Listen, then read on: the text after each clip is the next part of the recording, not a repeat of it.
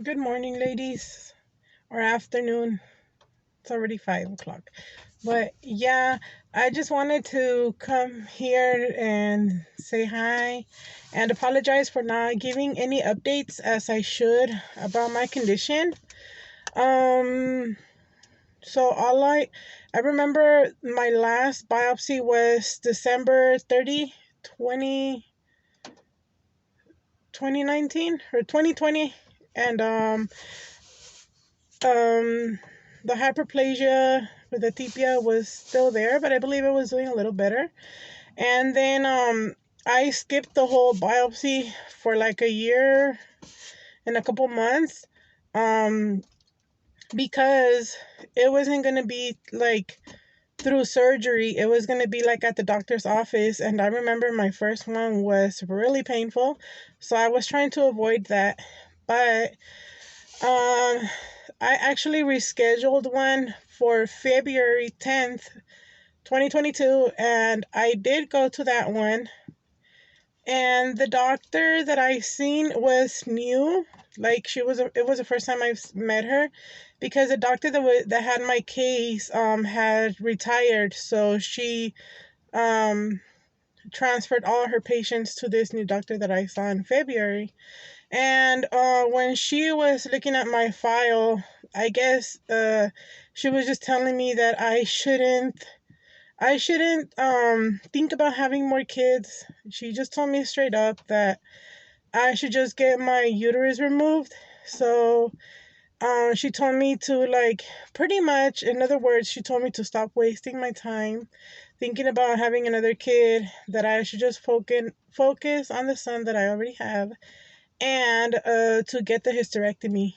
So I told her that I wanted just to get the biopsy done that day. So she said she did, and she said she was going to wait for the results and that she was going to call me to give me the results. A week passed, and I got the results, and it said that I still had endometrial hyperplasia with Atypia, and I guess it was pretty much all over my uterus, so there was no change between that year and a half that I skipped the biopsy. So she called me, and over the phone, she told me that I should just um, already get the hysterectomy, and that she was going to refer me to a surgeon. And so I remembered a doctor and another hospital that I had seen previously told me that they were going to put me on the IUD, and if the IUD didn't do the job by itself, that they were going to give me a pill. I forgot the name of the pill, but she mentioned that, and then she told me if that didn't work, then the hysterectomy would be the last option. So I mentioned this to this new doctor, and she wasn't really convinced, but she decided to let me try the pill. So she told me that I had to take 2 pills every day religiously. Like, I cannot skip a dose. So I've been doing that, and she scheduled me for another biopsy on April 28th of 2022. And that day, she's going to do another biopsy, and on the same thing, she's going to send it to the lab. And if the pill is not helping me on top of the IUD, then the next step would be getting an appointment to get the hysterectomy done. I have a lot of questions in mind, um, because I'm 31, and I did want to have at least one more kid because I only have one. And but if that's not possible, then at first I was crying because, I felt like my worth, was like in a way diminishing. But you know, I I have to think about, yes, I have to think about my son that I already have, and probably just focus on myself then, if that's not gonna happen. But also, my questions that I have for her are, since I have PCOS, if they remove just my uterus, would I still have PCOS symptoms? Because PCOS is pretty much on the ovaries. Polycystic ovarian syndrome is pretty much the little cysts on the ovary. So I was thinking maybe I should just get the whole thing removed, like my tubes, my ovaries, my uterus, whatever. Just get it all over with. And but I know there's probably going to be a hormonal imbalance, and I could probably get menopause sooner because of this change. So I also need to see like what kind of medications are going to be given to me so that they can replace the hormones that I should be having.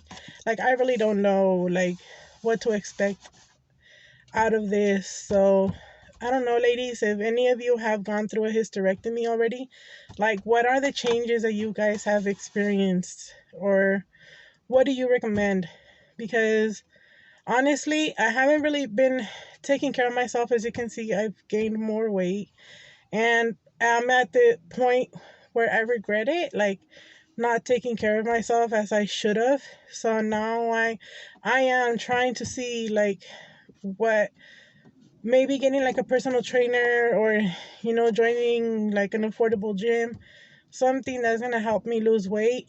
But if it's too late for my to prevent the hysterectomy, at least do it now for myself, because it's just too much. It's, I know I've been big all my life, like it's genetic. It, like my mom's like that, and part of my mom's family is big too. So it's tough. Like I've tried it myself, like losing weight on my own, but I will only last like 2 3 days. But I know I need to get more encouragement, and do more like sacrifices, actually sacrifices, and start taking care of myself, because I have a son and I want to do better for myself now. Like before, I really didn't really mind. I wouldn't even look at myself in the mirror because I don't even want to feel bad for myself. Like, oh, I would just get ready, go out and about. And now I'm like, no, I'm at the point where I want to get ready, but even if I try to, the clothes that I have, it don't even look good on me. So I'm like, I've seen people like do the plus size tummy tuck. So I was like thinking on that, or probably the gastric bypass, but also for that, you need to lose some weight yourself for a whole year and take some classes. So, I'm looking, those are options, but I'm not rich. I wish I was. If not, all these things would have been different, but it is what it is. But yes, I mean, I am sad, at the fact that I might not have more kids, but my son just turned 13, and I do think about, well, who's going to take care of my baby if I ever have one, because my mom is already like in a nursing home, and she was the only kind of like support that I was thinking of, like, oh, to watch my baby while I work and stuff. But she's already in a nursing home. She's a little sick. She lost her muscle tone on her arms and legs. So yeah, I really have no one else to. I do, but like I wanted my mom to be there for me, but now that's a little late. That's why I see her. I try to put myself in her shoes, and I don't want to go through that, and I don't want my son to stress about me. Like if once I get to her age and I can't take care of myself no more, I know the weight is a huge problem. I know it's not impossible, but I know like nurses struggle with my mom, like like moving her around, transferring her from the bed to the chair, to showering her and all that. So I don't want to be in that position. So I know I need to do something for myself. I know that I need to start thinking ahead, like of me, and see what can I do now to change my future, like health wise and stuff. So yeah, I mean, I know this video is in many places. I know it's not the perfect quality, but bear with me. I'm just starting, and I just wanted to give you an update. So I'm on the pill. I'm taking 2 pills. It's 10 milligrams extra of progesterone, I believe, on top of the IUD, the hormonal IUD. I have the Mirena on right now. I have no symptoms, so I don't even know if the pill is working or not. I don't even know what I expected from it, but I'm feeling the same, but I'm still taking them and hoping for the best. But I left it to God, let it be his will. Whatever happens, happens. But my next biopsy is April 28th. So I will be doing another video that day so I can keep you updated and see what they tell me or how does it go that day, and then I'll also give you an update when I get the results. All right, ladies, take care.